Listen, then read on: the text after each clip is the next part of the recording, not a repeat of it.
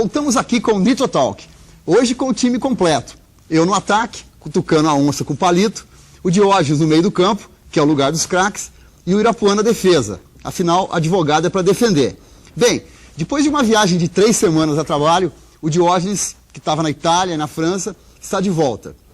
A comunidade europeia é uma super economia. E você, que nos assiste, depende dela, porque o mundo é muito integrado. Diógenes, você que foi gerente de banco lá, do Mediterrâneo até o Kremlin, me diz, como está a economia da Europa?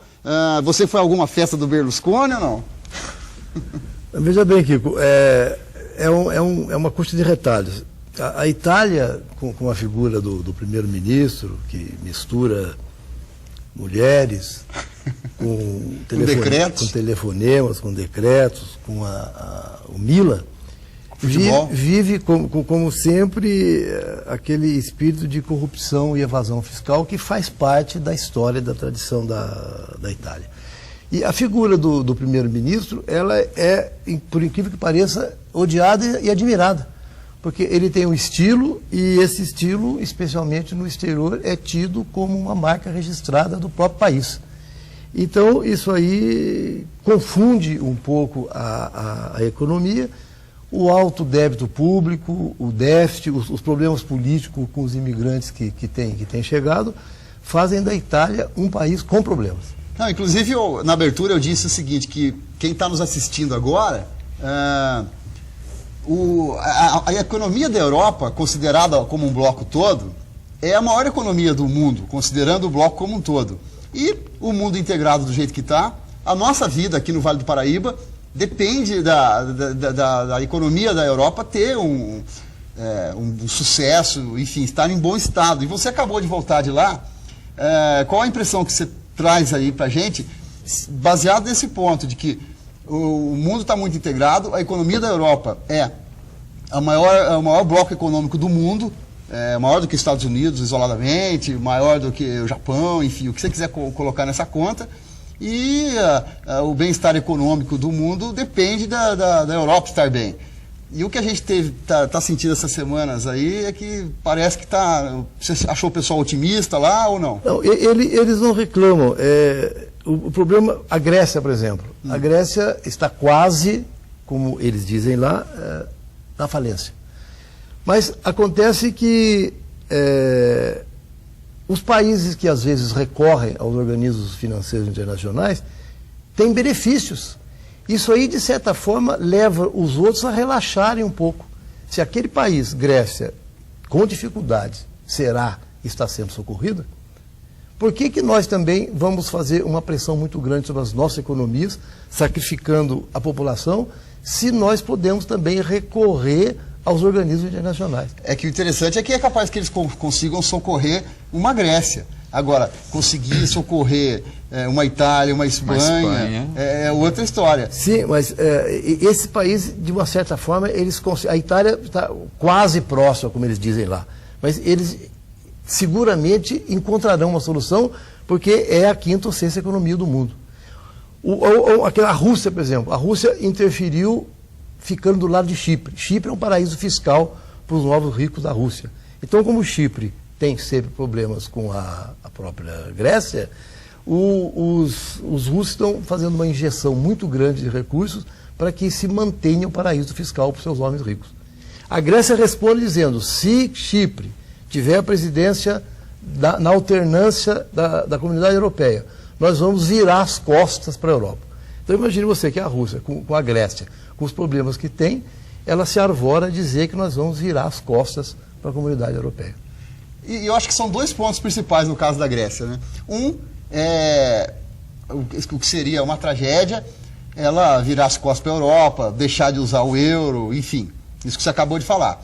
E o outro é que os títulos podres da Grécia estão nas mãos de bancos europeus. Exatamente. Então, se a Grécia tiver uma crise autocontida, o que efetivamente não vai acontecer, ela vai se expandir, o problema é que os títulos dela estão na mão de grandes instituições financeiras da Europa, né? Então, mas depois entra também a Alemanha, que é o país mais forte, vamos dizer assim, grande credor da Grécia, ele concluiu que a Grécia está bem próxima, mas eles estudam a maneira para que isso não aconteça, porque a derrocada, a queda e as complicações da Grécia levarão, como nós estamos já concluindo, todo o continente a uma situação muito difícil. Mas a impressão que nós temos é de que haverá solução, como sempre tem havido. Em Portugal, que estava lá quietinho com seus problemas e tal, apareceu uma grande fraude de 1 bilhão e 100 milhões de euros na Ilha da Madeira. Então, você vê que cada país tem o seu problema e todo mundo, especialmente a Alemanha, começa a tentar resolver, porque a queda da Europa, como você bem disse, é um problema muito sério, porque é a maior economia mundial. A gente tem 30 segundos para finalizar, então é isso. A tese nossa é de que como a Europa, como um bloco, analisada como um bloco todo, é a maior entidade econômica do mundo, a gente aqui no Vale do Paraíba, com nossas indústrias, com a nossa agricultura, com o próprio setor de serviços e tal, nós dependemos muito de que vá bem e espero que... Mas irá bem. Certo. A impressão, o povo, que eu estive, inclusive, em contato com as pessoas normais, vamos dizer assim, sem ser economistas ou analistas de mercado, eles acham que a situação será resolvida. Ótimo. Bom, continuam chegando mensagens para o programa com comentários e sugestões. Semana passada, quando o Nitrotalk apareceu no CQC, foi o recorde. Bem, mande você também sua opinião para a gente. O e-mail é kikoissa@hotmail.com e você tem também nossa página www.facebook.com/Nitrotalk. Aliás, você que está assistindo agora pelo Facebook ou pelo YouTube, compartilhe esse link aí com seus amigos. Pelo amor de Deus, ajude a gente a divulgar o programa. Bem, agora um assunto que eu quero colocar para o Irapuã. Como governar dependendo de um congresso de baixa qualidade, Ira?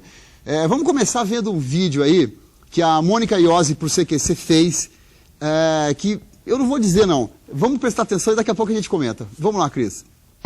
Aquela moça ali de preto, bonita, é a Ana, contratada pelo CQC para recolher assinaturas aqui no Congresso Nacional. Hoje ela vai tentar recolher assinaturas do fictício deputado Chico Bezerra. Segundo o nosso fictício Chico, seria uma boa ideia incluir 1 litro de cachaça na cesta básica do brasileiro. Eu vi o senhor assinando ali um documento. O que era aquilo? Que é uma PEC. Que é? Uma proposta de emenda constitucional. É uma PEC. E diz o quê? Ali? Sim. Eles pedem que seja do deputado Nino que... De qual deputado? O deputado eu não vi quem era, não. Entendeu? Mas ele pediu ali que nós assinássemos essa PEC para transformar o número de... para desonerar de tributos mais um item da cesta básica. Eu acho que isso é importante. Mas qual é esse? Mas é importante. Mas qual é esse item? Mais um item da cesta básica. São vários itens da cesta básica. Qual era esse item? Um item importante, não me lembro agora, mas é um item que faz falta aí mesmo dos brasileiros. Vou soprar para o senhor. É o litro de cachaça. Cachaça? Bom, vocês viram aí então a Mônica Iose do CQC entrevistando os nossos parlamentares, né? Bom, agora é assim, usaram a minha imagem lá, agora eu vou usar deles aqui. Bom, Irapuã, repetindo a pergunta então, como a gente vai governar com um congresso desse nível? E lembrando que o que ela pediu para os caras assinarem ali é uma proposta de emenda constitucional, uma PEC, uma emenda à Constituição conduzida dessa maneira aí. Vai, me ajuda. Bom, esse problema da governança, da governabilidade, ele tem várias teses, né, contradições ou limites para estabelecer essa governabilidade. Nós temos escassez de recursos federais, nós podemos falar no formato do sistema que nós temos hoje, que é o sistema partidário. Mas o que eu vejo é que nós temos sempre duas grandes forças que atuam de forma bastante contraditória. De um lado, nós temos sempre o presidente tentando maximizar os esforços para que ele tenha um apoio. E do outro lado, nós temos esse mesmo presidente, né, eleito, legitimamente eleito. A presidente agora? Nesse caso, a presidente, tentando minimizar as concessões. Né? Então, a parte, toda essa teoria, por quê, qual é a dificuldade, nós temos essas grandes forças. Cooptar apoio político e minimizar as concessões. Só que o cooptar nesse caso é no pior sentido possível, né? Sim, e agora nós temos esse vídeo deixa muito claro, né, que além dessas forças que eu te disse, nós temos um problema central, que é o quê? Essa questão da escolaridade, do desinteresse, do grau de instrução, do conhecimento, da preparação dessas pessoas que estão lá. Não são todos, obviamente, nós não vamos generalizar. Tudo bem. Mas se a gente pensar numa PEC, que é uma proposta de emenda para alterar a Constituição, a Constituição. E lembrar que a nossa Constituição é uma Constituição formal. O processo de alteração implica na discussão nas duas casas. Ou seja, implica discutirmos isso na Assembleia e depois discutirmos isso no Senado. Deixa eu ouvir o Diógenes um pouquinho. Diógenes, parece que no mundo inteiro, os políticos, os parlamentares, né, vamos tirar o pessoal do executivo, parece que tem um nível surpreendentemente um pouco mais baixo e tal. Só que no Brasil parece que é demais isso, né? Aqui é baixo, mas eu acho que nos outros países não chega a ser também de um nível elevadíssimo. Né? Especialmente porque, falo da França, uma cidade com 6 mil habitantes, por exemplo, que é Les Arcs, tem 29 conselheiros municipais, que equivalem aos vereadores. E são esses 29 que elegem o prefeito. Ele sai dos conselheiros. E vota indireto. Eu tive algum contato com eles e não vejo assim um grande nível. Eu vou te falar uma coisa. Eu acho que essa questão da escolaridade, do grau de instrução, é uma questão principal. Mas olha, essa questão de minimizar a concessão, de todo mundo que está lá, na verdade, pretende obter algum proveito, isso é o mais determinante. Isso, no meu ponto de vista, é o que acaba com essa estrutura que nós estamos tendo aqui, que macula essa estrutura. Eu acho que é também assim, né, Jorge? Para terminar, entre aspas, a desonestidade dos interesses espúrios que tem lá dentro, né? Não são todos, a gente já faz uma ressalva aqui, mas enfim, precisamos melhorar isso ao longo do tempo, aqui, né? Em outros lugares. É isso aí. Bom, o Nitrotalk faz agora um intervalo e volta já com uma análise da ONU, a Organização das Nações Unidas, nosso destino de viagem dessa semana e as dicas culturais para contaminar você. Contato com a gente, você pode fazer pelo e-mail kikoissa@hotmail.com e se quiser rever os programas a qualquer hora, acesse nossa página que está no facebook.com/nitrotalk e compartilhe. Voltamos muito rápido, é 1 minuto só.